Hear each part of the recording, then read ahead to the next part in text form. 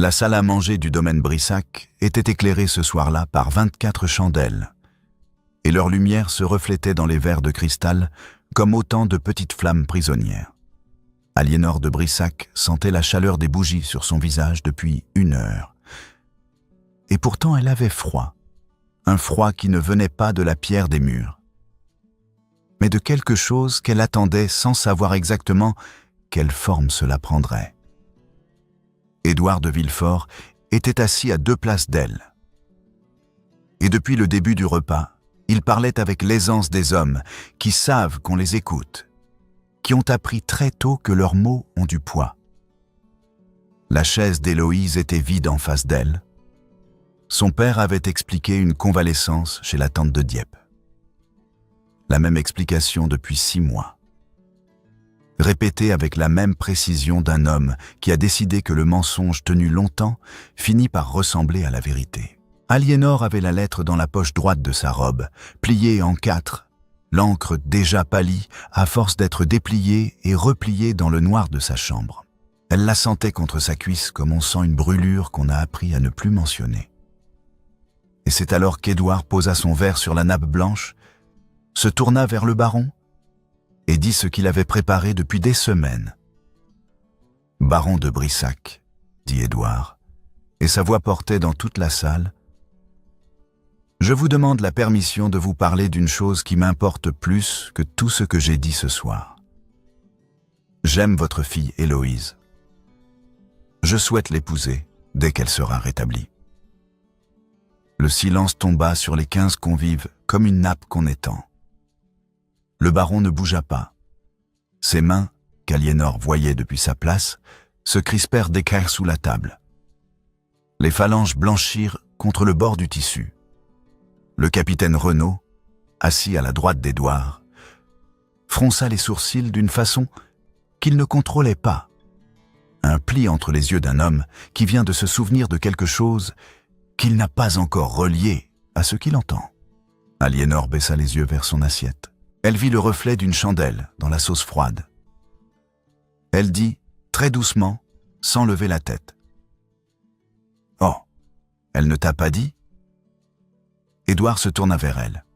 « Dis quoi ?» Elle n'eut pas le temps de répondre.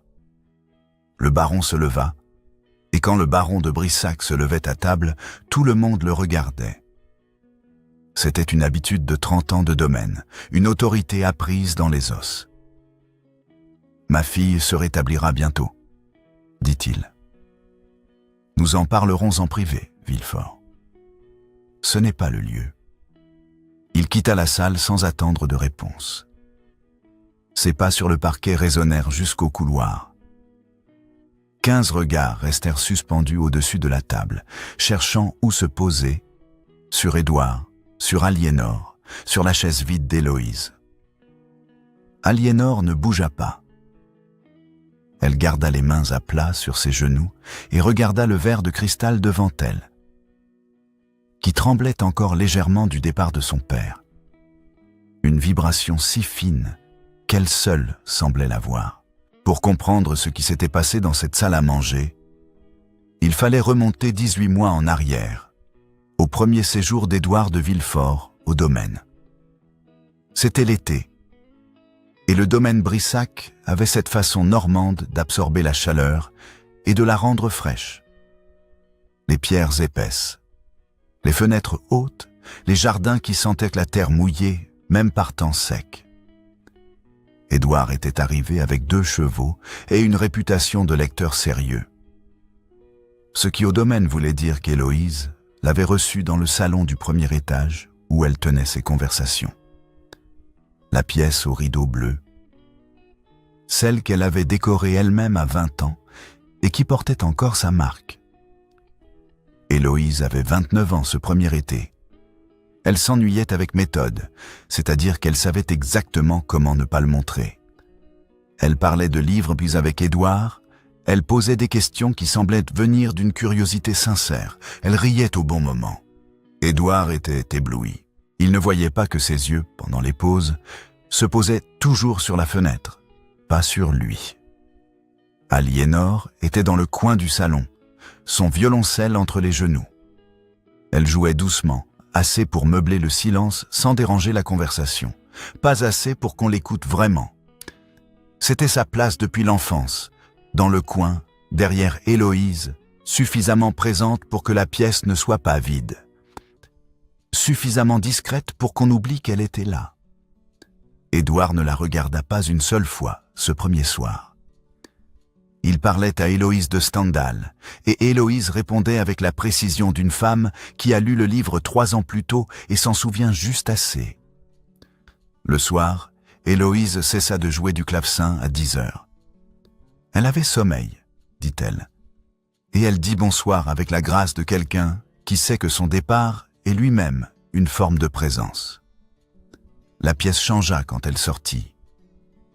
Édouard resta, tenant son verre, et c'est alors qu'Aliénor continua de jouer. Elle ne s'arrêta pas. Elle n'avait aucune raison de s'arrêter. Elle jouait pour elle-même, comme toujours. Le morceau qu'elle avait choisi ce soir-là était une sarabande qu'elle connaissait par cœur, et ses mains bougeaient sans qu'elle y pense. Et la musique était là, dans la pièce vide de la présence d'Héloïse, et pendant 30 secondes, Édouard de Villefort entendit le violoncelle pour la première fois. Il ne dit rien. Il posa son verre, il écouta. Puis il dit bonsoir et sortit. Aliénor ne sut pas ce qu'il avait entendu. Elle ne sut pas non plus ce qu'elle ressentait ce soir-là, ou plutôt, elle le savait, mais elle avait appris très tôt que ce qu'on sait et ce qu'on dit sont 2 pays différents. L'été suivant, Édouard revint. Cette fois, il courtisa Héloïse plus ouvertement. Il apportait des fleurs, il proposait des promenades. Il parlait de projets avec une certitude d'homme qui a décidé. Héloïse recevait tout cela avec son sourire du salon. Et Aliénor observait depuis le fond des pièces. Elle vit ce qu'Édouard ne voyait pas. Héloïse regardait toujours ailleurs. En septembre de cette 2e année, un officier de marine était passé au domaine pour une nuit, envoyé par un ami du baron. Il s'appelait Gauthier, lieutenant de frégate, sans titre, sans fortune, avec un visage que Aliénor ne regarda pas assez longtemps pour le décrire. Mais Héloïse, ce soir-là, rit différemment. Un rire qui n'était pas pour le salon. En octobre, Héloïse était partie. La nuit du départ, Aliénor avait entendu la porte de la chambre s'ouvrir à 2 heures du matin. Elle avait attendu. Le lendemain matin, une lettre était glissée sous sa porte. L'écriture d'Héloïse, rapide, penchée, différente de son écriture habituelle, comme si la main avait suivi le cœur sans attendre la tête. Aliénor, je pars avec lui. Ne dis rien à père avant demain matin. Laisse-nous le temps de la route. Dis que je suis malade.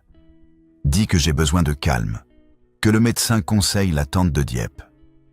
Père comprendra, il préférera le mensonge à la vérité. Protège-moi. Je t'écrirai quand nous serons installés. Je t'aime. Aliénor avait lu la lettre debout, en chemise, pieds nus sur le plancher froid. Puis, elle l'avait pliée en 4 et l'avait mise dans sa poche. Héloïse n'avait jamais réécrit. 6 mois. Pas un mot. La lettre dans la poche, tous les jours, comme une promesse qu'on attend sans y croire encore tout à fait. La bibliothèque du domaine sentait le cuir et la cire froide.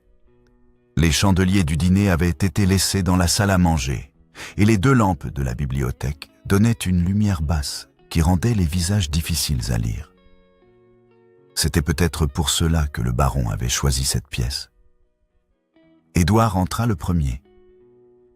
Le baron était debout devant la cheminée, les mains croisées dans le dos, la posture d'un homme qui a décidé de tenir. « Votre fille, dit Édouard sans préambule, est en convalescence depuis octobre. Nous sommes en avril. 6 mois, baron. Quel médecin la soigne? Comment s'appelle-t-il? Quelle est l'adresse à Dieppe? » Le baron ouvrit la bouche, la referma. Il y avait 3 questions dans cette série, et il ne pouvait répondre à aucune. « Je peux écrire à votre tante demain matin, » continua Édouard. « Si Héloïse est chez elle, elle me répondra. « Ce n'est pas... » commença le baron. La porte s'ouvrit. Renaud entra, et son visage portait l'expression d'un homme qui a entendu depuis le corridor plus qu'il n'aurait voulu. « Pardonnez-moi, » dit Renaud. Il s'adressa à Édouard directement, parce que Renaud était un homme de mer, et que les hommes de mer disent ce qu'ils ont à dire. « Édouard, en janvier, au port de Cherbourg, j'ai croisé une jeune femme. On me l'a présentée comme mademoiselle de Brissac. Elle était au bras d'un officier de frégate. » Le baron blêmit. La couleur quitta son visage depuis le front jusqu'au menton, comme une bougie qu'on souffle. Renaud regarda le baron, puis Édouard, et comprit à cet instant qu'il venait de lâcher quelque chose qu'on ne peut pas rattraper. Édouard se tourna lentement vers le baron. « Votre fille est à Cherbourg, avec un homme. Depuis quand ?» Le baron ne répondit pas immédiatement. Il alla s'asseoir dans le fauteuil de cuir, pas avec l'autorité d'un homme qui choisit sa place, mais avec la fatigue d'un homme qui ne peut plus rester debout. « Elle est partie en octobre, » dit-il enfin. « Avec un officier, un lieutenant sans nom, sans fortune. Je ne pouvais pas. Comment vouliez-vous que je dise cela?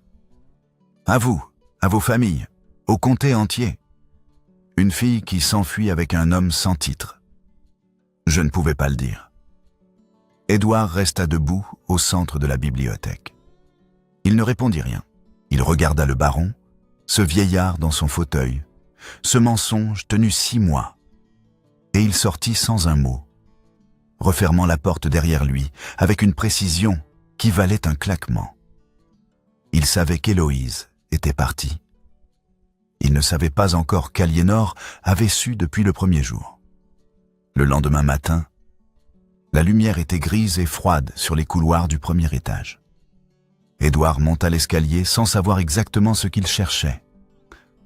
La preuve, peut-être, que le baron avait menti sur la forme, mais pas sur le fond.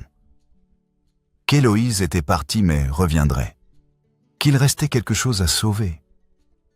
La porte de la chambre d'Héloïse n'était pas fermée à clé. Il l'ouvrit.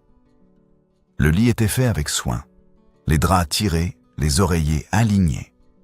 Mais il n'avait pas été défait depuis des mois. On voyait à la façon dont le tissu avait pris le pli que personne n'avait dormi là depuis l'automne. Les tiroirs de la commode étaient ouverts, tous les 4, et vides.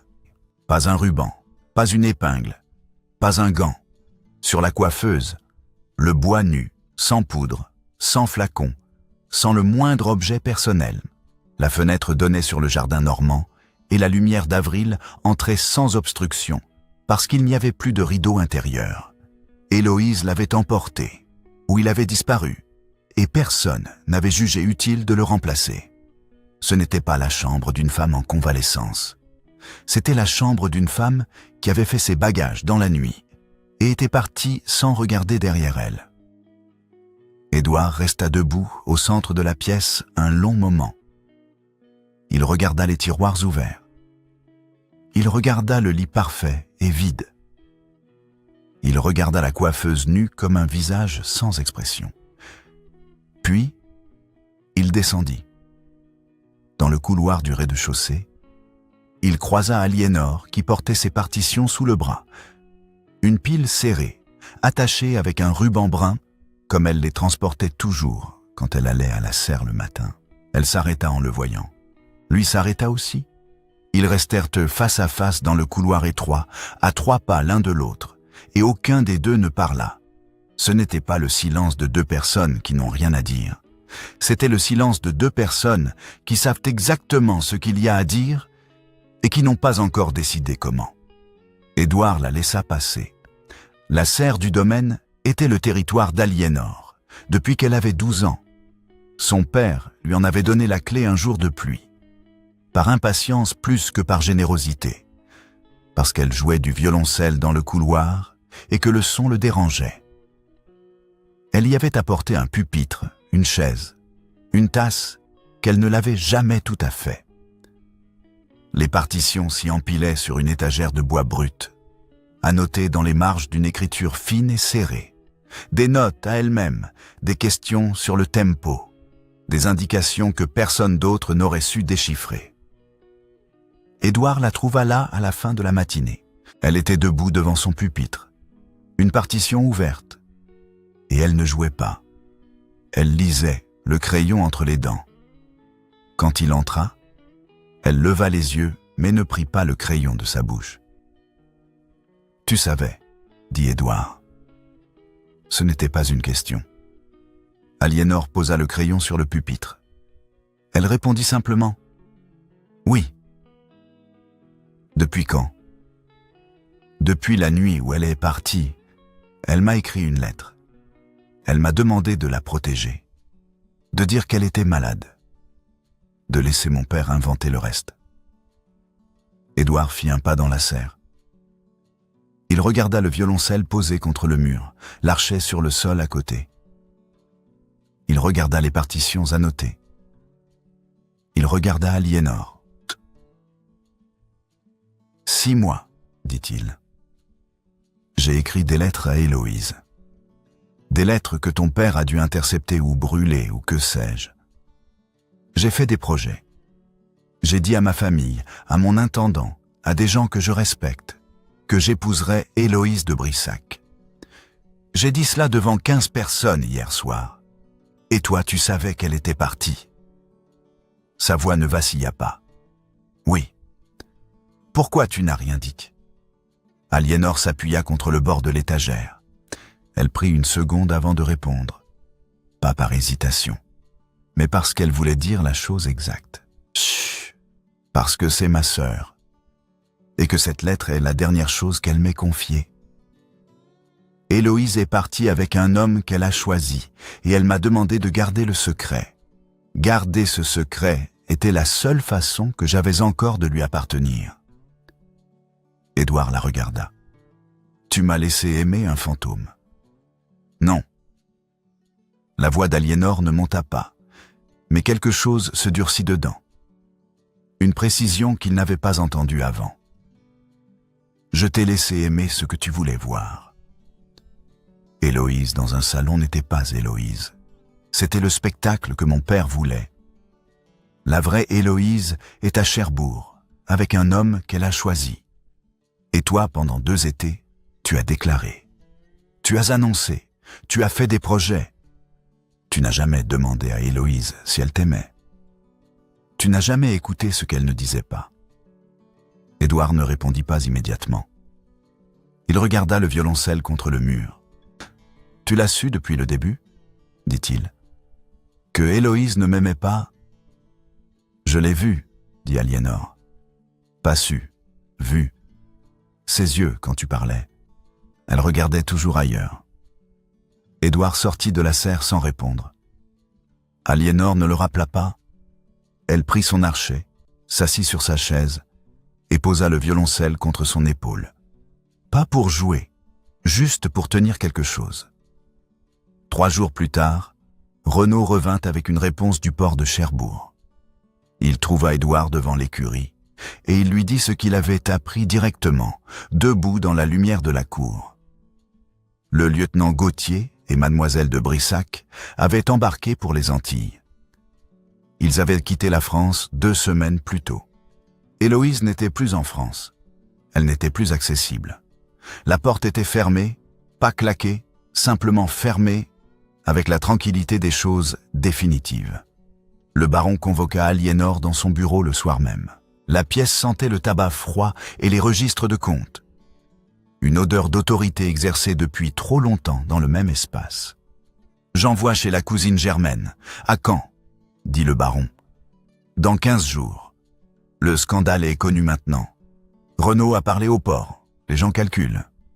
Tu seras mieux là-bas. » Aliénor ne dit rien.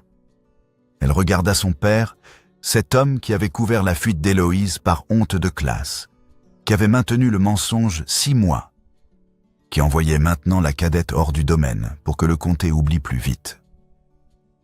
Elle acquiesça. Bien. Elle monta dans sa chambre. Ce soir-là, elle joua du violoncelle. La musique traversa les murs comme elle le faisait toujours. Les pierres du domaine n'étaient pas assez épaisses pour retenir un violoncelle. Dans le couloir du premier étage, Édouard s'arrêta en l'entendant. Il resta debout contre le mur. Il écouta jusqu'à la fin du morceau, puis continua son chemin. Le lendemain soir, elle joua autre chose. Une pavane qu'il ne reconnut pas. Il s'assit sur le banc du couloir et écouta. Le troisième soir, il revint s'asseoir sur le banc sans y avoir réfléchi. Le quatrième soir, il entra dans la serre après qu'elle fût partie. Il ne sait pas pourquoi. Il n'aurait pas su le dire. Il vit les marques sur le sol de pierre où le pied de l'instrument s'appuyait chaque jour, depuis des années. 2 petits creux dans la poussière. 2 empreintes d'une présence régulière. La tasse sur l'étagère avec son fond de thé séché. Les partitions annotées dans les marges. L'écriture fine et concentrée d'une femme qui travaille seule et ne montre son travail à personne. Il prit une partition et la lut. Pas la musique, les annotations. Des questions à elle-même sur le tempo, des mots en latin qu'il ne comprit pas tous, une note dans la marge du bas.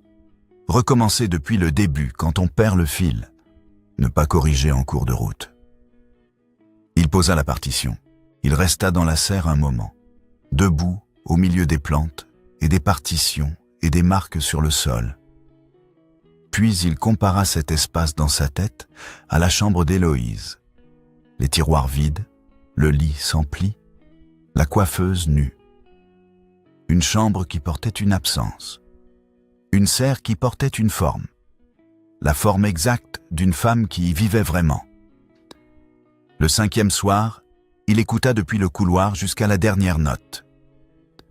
2 jours avant le départ pour Caen, Aliénor rangeait ses partitions dans la serre.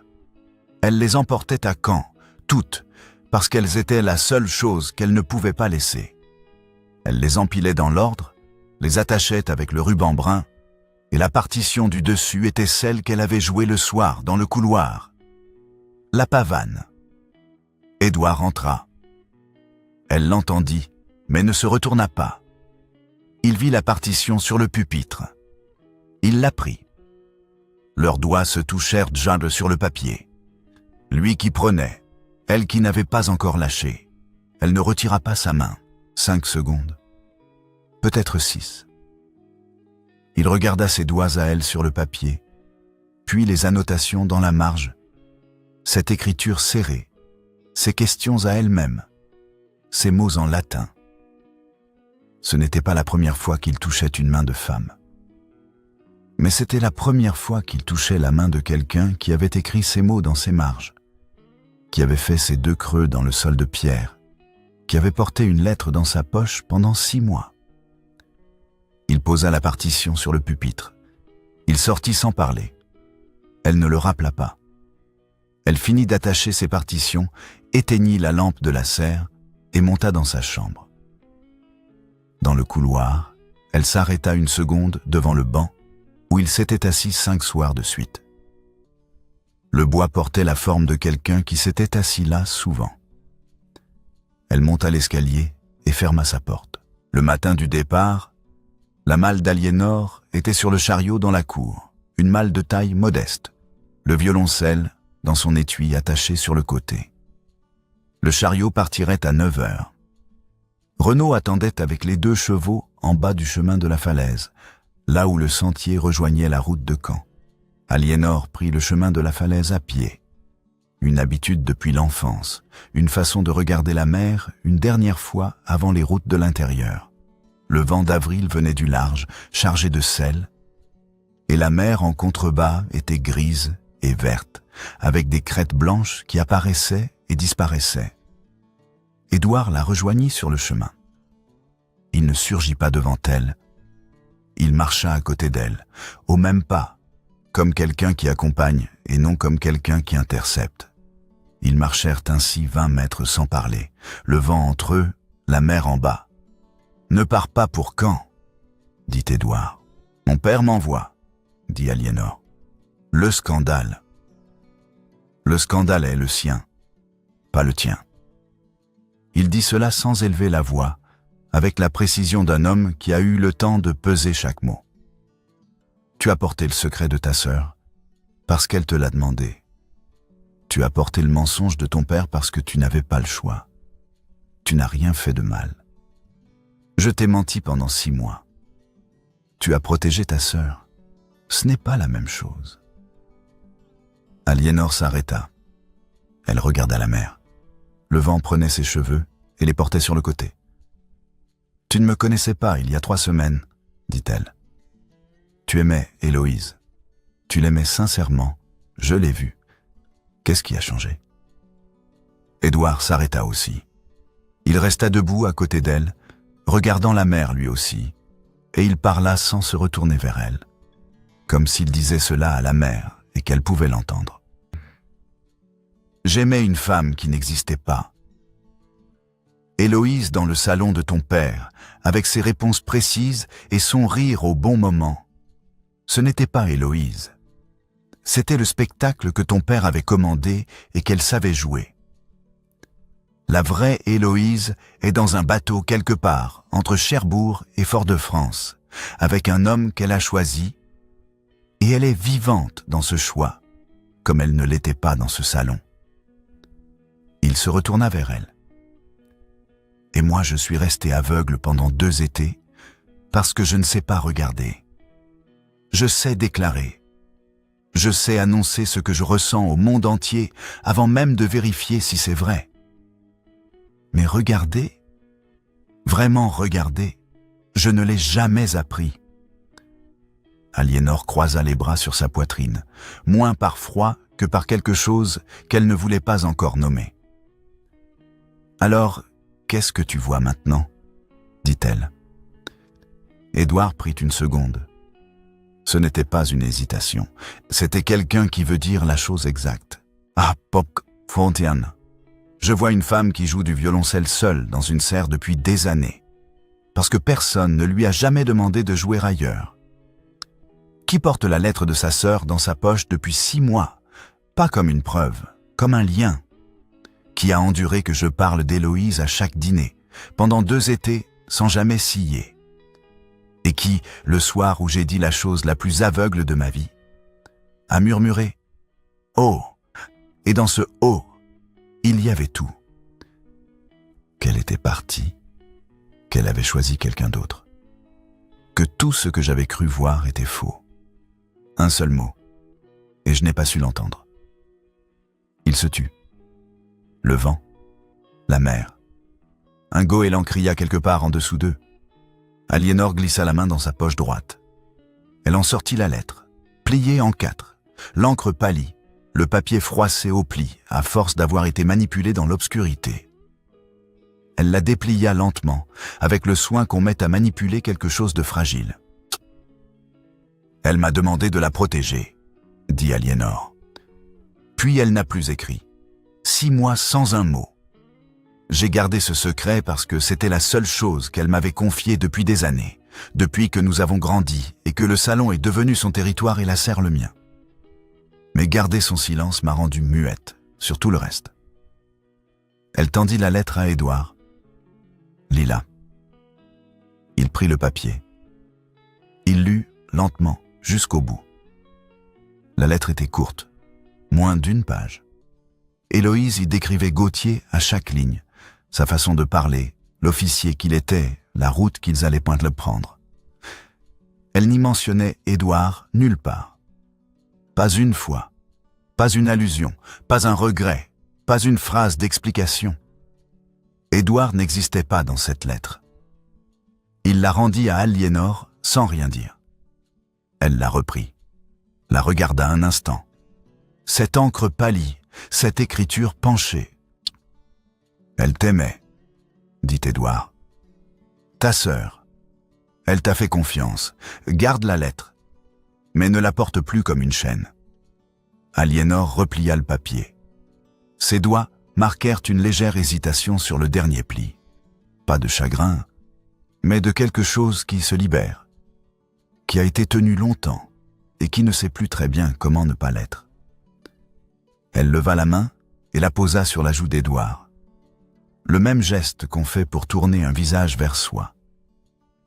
Sa paume contre sa joue. Elle le regarda. Il ne bougea pas. Puis elle retira sa main. « Pas encore, » dit-elle. « Tu commences à voir. Mais voir et écouter, ce n'est pas la même chose. Quand tu sauras écouter, vraiment écouter, pas seulement entendre, je jouerai pour toi. » En bas du chemin, Renaud cria depuis les chevaux. « Les bêtes vont prendre froid. On rentre ou on part ?» Aliénor regarda le chemin qui descendait vers la route de Caen. Elle regarda le chemin qui remontait vers le domaine. Elle fit demi-tour. Juin arriva avec ses journées longues et sa lumière blanche sur les pierres normandes. Aliénor était revenue au domaine sans que son père le lui ait demandé. Elle était simplement rentrée. Et le baron n'avait pas posé de questions. Parce que le baron était un homme qui préférait l'ordre au sens. Une lettre arriva un matin de juin. Pas d'Héloïse, de Gauthier. Aliénor reconnut l'écriture d'un homme qu'elle n'avait vu qu'une nuit. Une écriture d'officier, régulière et sans ornement. « Mademoiselle, votre sœur m'a demandé de vous écrire pour vous dire qu'elle va bien. Nous embarquons demain pour Fort-de-France. Elle vous écrira de là-bas. Elle pense à vous. » 3 lignes. Aliénor lut, relut. Posa la lettre sur la table du salon. Sa main ne tremblait pas de chagrin. Elle tremblait de quelque chose qu'on ne ressent que quand une peur, qu'on avait cessé de nommer, est enfin posée à terre. Héloïse était vivante. Héloïse avait pensé à elle. Elle prit la lettre et monta au premier étage. La chambre d'Héloïse était fermée. Pas à clé, simplement fermée, comme elle l'était depuis octobre. Aliénor ouvrit la porte. La lumière de juin entrait par la fenêtre sans rideau et tombait sur la coiffeuse nue. Elle posa la lettre de Gauthier sur la coiffeuse. Ce fut le premier objet dans cette pièce depuis le mois d'octobre. Elle referma la porte.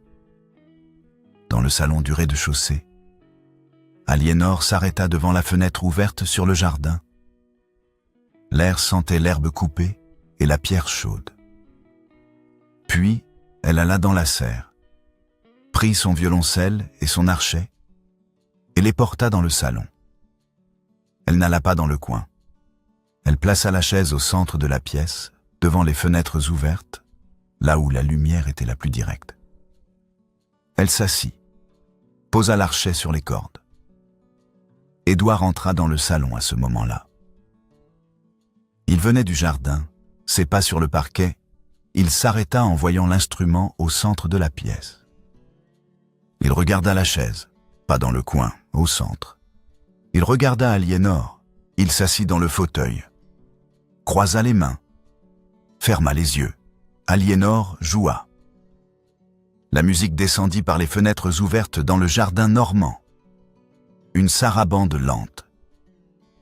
La même qu'elle avait jouée ce premier soir, 18 mois plus tôt. Quand Héloïse était sortie et qu'il avait entendu le violoncelle pour la première fois sans savoir ce qu'il écoutait. Mais cette fois, les portes étaient ouvertes. Cette fois, il était là. La musique finit. Ce qui suivit n'était pas un silence vide. Il était plein de tout ce qui venait de se passer, de tout ce qui avait été dit sur le chemin de la falaise, de la lettre posée sur la coiffeuse en haut, de la poche droite d'Aliénor, qui ne portait plus rien. Édouard ouvrit les yeux. Sa voix était douce. Encore. Aliénor sourit. Pas le sourire qu'on donne à un salon plein, un sourire pour un seul spectateur, petit et précis. Le sourire de quelqu'un qui a enfin trouvé le bon auditoire après des années de serre et de couloir. Elle rejoua, sur la cheminée. La lettre du lieutenant Gauthier était posée bien en vue. 3 lignes d'une écriture d'officier, la preuve qu'Héloïse était vivante et qu'elle pensait à sa sœur. Dans la chambre en haut, la coiffeuse n'était plus vide. Et dans la poche droite de la robe d'Aliénor, il n'y avait plus de lettre. Elle l'avait rangée dans un tiroir de sa chambre le matin même. avec le soin qu'on met à poser quelque chose de précieux dans un endroit sûr, un endroit où on n'a plus besoin de le porter sur soi pour savoir qu'on ne l'a pas perdu. La poche était libre, la chaise était au centre, les portes s'étaient ouvertes. Et Édouard de Villefort, pour la première fois depuis qu'il avait mis les pieds dans ce domaine, écoutait.